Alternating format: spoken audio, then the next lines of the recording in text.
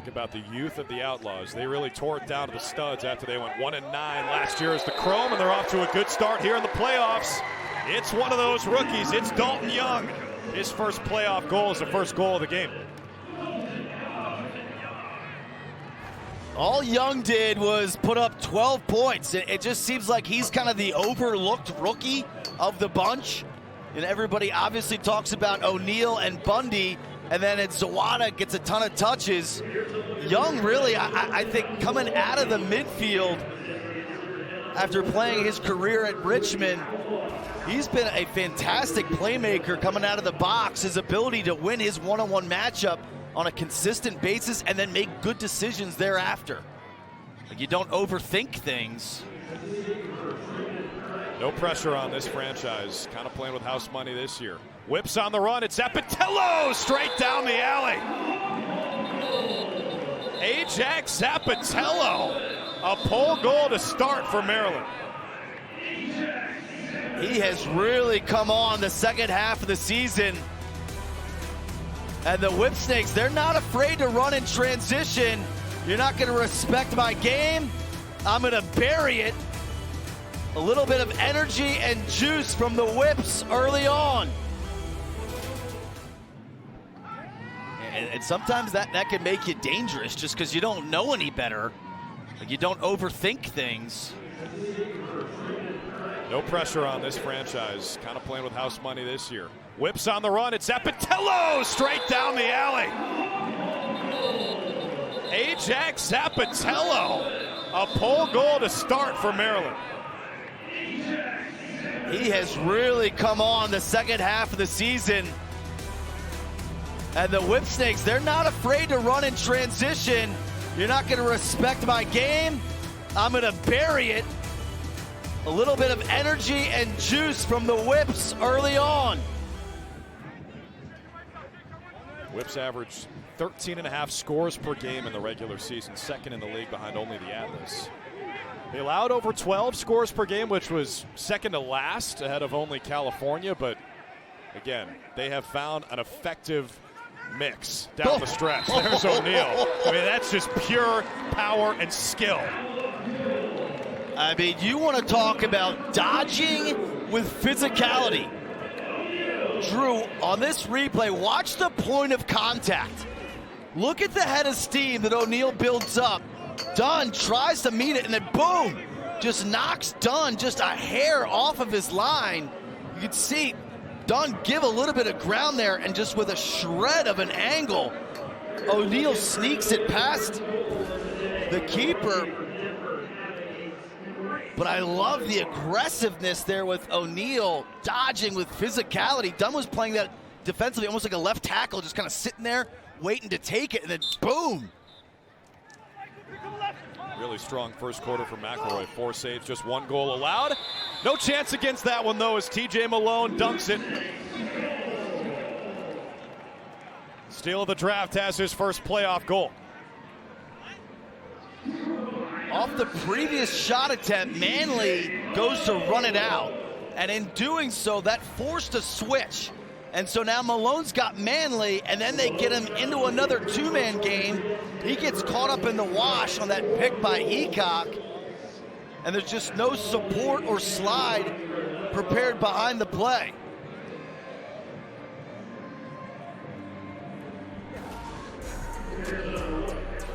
You just love to see the balance in terms of the left, right, center, the range. You got things inside by the crease. You got mid-range. You got some a little bit out towards the two-point arc. He's just a complete package to your game. Like, there just really aren't any holes in his game.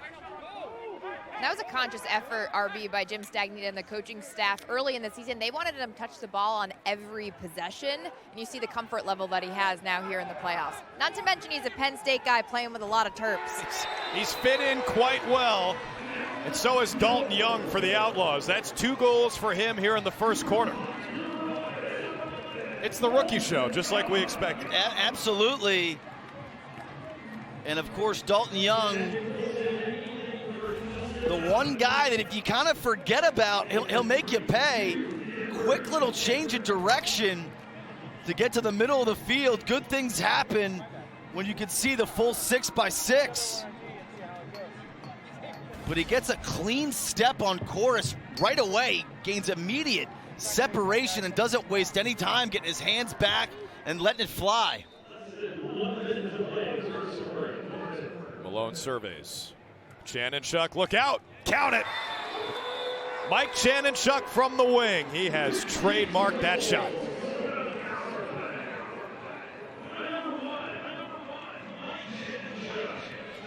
Beautiful feed here by Malone. Yeah, this is who he's reading. He's reading Giles Harris right here. He's going to drag across here, and he's reading that backside. He's basically got two teammates. You can't see him on your screen right now, but that's his read. So as we roll this, and he drags, that Outlaws defender is going to go with him, and he's reading Giles Harris. He sees him, goes down right there. Then there's Chanenchuk. So Giles Harris is splitting Chanenchuk and Zed Williams. Imagine this, you're third-round pick and you're tied with Michael Sowers for points in your first year. He's been amazing. Here's Sam Hanley, second-year player out of Penn. That is just nasty. A jump shot from the top of the key for two, bar down. Whoa. There are times when he just puts his heads down and is like, I'm taking matters in my own hand. And this is against a pole. It just doesn't really matter. He lowers his shoulder, shrugs off Squires. Most teams, they don't really have a plan if you can cleanly beat your pole. There's beating a pole, and then there's a jump shot for two. That's the potential, right? When you look back at when he was coming out of Penn, when you thought he'd be the #1 overall pick, is because he's capable of doing stuff like that. The biggest knock on him is just the consistency factor. They're worth two, so Denver in front 5-3. Certainly goal of the day, right? I mean, not that it's been the biggest bar to clear. Didn't have many entrants from the Cannons. There's Chanenchuk running down the alley with the left hand, and back and forth we go. That's two for the vet. Chanenchuk got out to a really strong start this season, cooled off a little bit. I think that's because so much was asked of him early on. But he's still capable of this. Second goal of the game. You know what you're going to get on the power play from him. Time and room, feet set. But his ability to go right and left down the alley, that release, that three-quarter, almost sidearm release, it's so smooth. It catches goalies off guard. And here he is again. He draws two. Pass to Zawada off the mark. Krebs has to sprint back to his crease. O'Neal surveys for Max. It's the screen, sprints around it, cross Ferrara. The recipient of the pass, and the exclamation point as he lost his stick.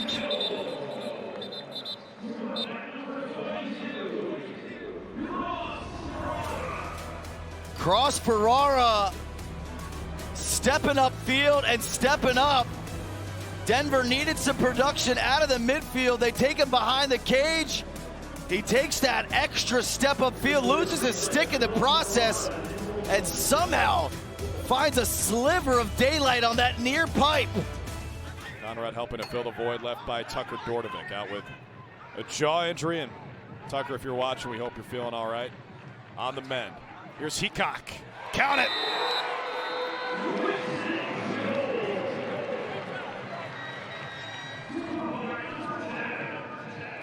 Colin Heacock, he was their pickup in free agency, another former Terp.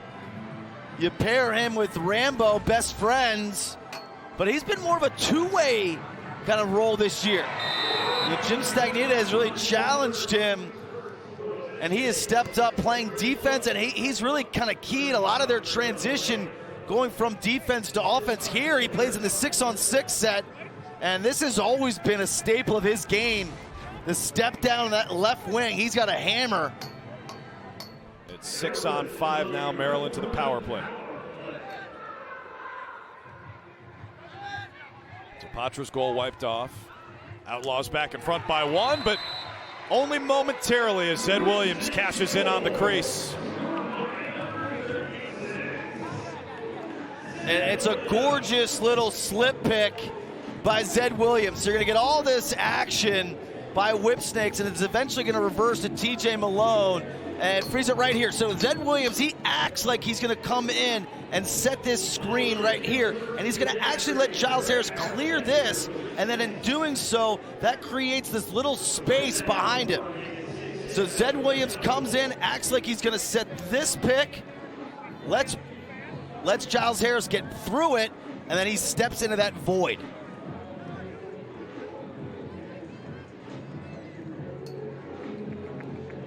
That was art, RB. Oh. Picasso of the Piero. He's back, baby. So two things of that defensive game plan I want to hone in on. Number one was putting Bowen on Nolting, right? Yep. And then the second one was, as Lonnie and at attack, you guys love to double pull. You love to triple pull as Conrad buries one. You did it, which isn't normally kind of the chaos DNA. You love bumping guys up. Yeah. Talk us through those two decisions, the Bowen and then the not double polling. Yeah, you know, you got to credit Asher Nolting and certainly Marcus Holman and their offensive coordinator, you know, for making those two guys two of the most dangerous players playing together in the league. Our feeling was, when we played him in Utah, Asher Nolting had 4 assists. He was 2 and 4. He made everybody better. And it doesn't matter to us how we win, as long as we win. And I'm extremely proud of our guys. We got a tie game again as Dalton Young has himself a hat trick. Another rookie for Denver making his presence felt. And it's 7-7. AT, we have you up here on the booth, so we might as well get you to do some analysis here. Walk us through this goal here for Dalton Young. Yeah, you know, again, it's his willingness to attack the front of the goal. You know, you look at the best players in the history of the position, whether it's Ryan Boyle, whether it's Jordan Wolf, whether it's Rob Pennell, whether it's, you know, any super high-quality, productive ex-attackman, they're going to be willing to get their heads knocked off to get an extra angle, and when they do that, they're going to score goals. And the usual outcome is their heads don't get knocked off that often. So credit him for creating the best possible angle and being able to bury that shot. AT, I got to ask, have you ever seen him wear the high socks down here? It's a new look for Tim Sudan. Yeah, you know what? I know he's from upstate, and typically that's a West Jenny thing, but he's from Rochester, so not sure where that came from. Brennan O'Neill puts Denver back in front.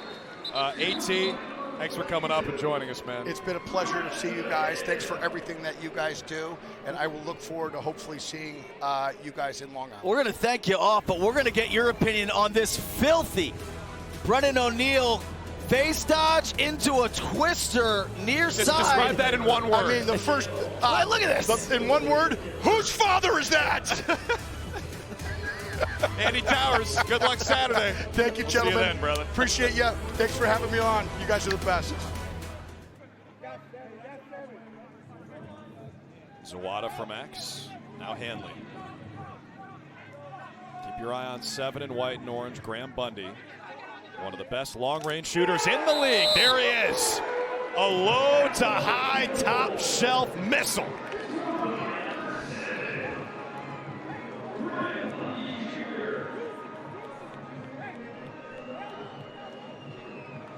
You're just going to get a gorgeous little two-man game between Bundy and Hanley. Eventually, Hanley is going to take this around, and Bundy's going to shallow cut behind the play. You're going to get this double team by Zapatello, and Hanley, with his hands free, is just going to throw back. So nice mirror there by Bundy. Kind of an unnecessary double team, if you ask me. And then the second slide is late getting out to Bundy. And if there's one guy you can't be late to, it's that guy. The fastest gun in the West. Here's Conrad. Puglisi. They swing it. Ends up in the crease and ends up in the goal. Oh my goodness, Giles Harris can't believe it. McElroy's been airtight all night, and they just give up a cheapie.